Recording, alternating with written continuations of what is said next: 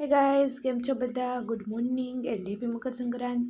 તો અમારી તો મકર સંક્રાંત આવી રીતે અમે શરૂઆત કરી હતી મકર સંક્રાંતની. વાછડીને બળદને બધાને રોટલી આપી હતી ને વાછડી સાથે મેં બી મસ્તી કરી હતી. બટ વિડીયો ઉતારવો કંઈ પોસિબલ ન હોય કેમ કે પપ્પા વાછડીને પકડે ને હું ત્યારે એની પાસે જાઉં, પપ્પા વાછડી પાસે ઊભા હોય એટલે.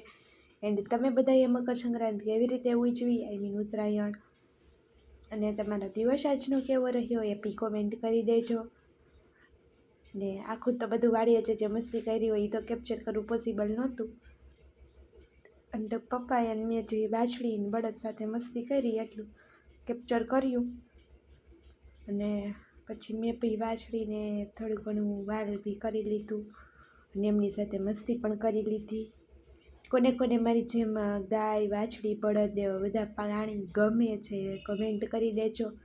ને આ છે અમારું જીરું, અને જીરામાં પાણી પાવાનું હતું કેમ કે અમે ખેડૂત છીએ સાહેબ. અમારા માટે રજા તો ના જ પોસિબલ હોય એટલે અમે પાણી વાળતા હતા જીરામાં. અમે તો નહોતા વાળતા, અમારા વાડીના મજૂર વાળતા હતા પાણી.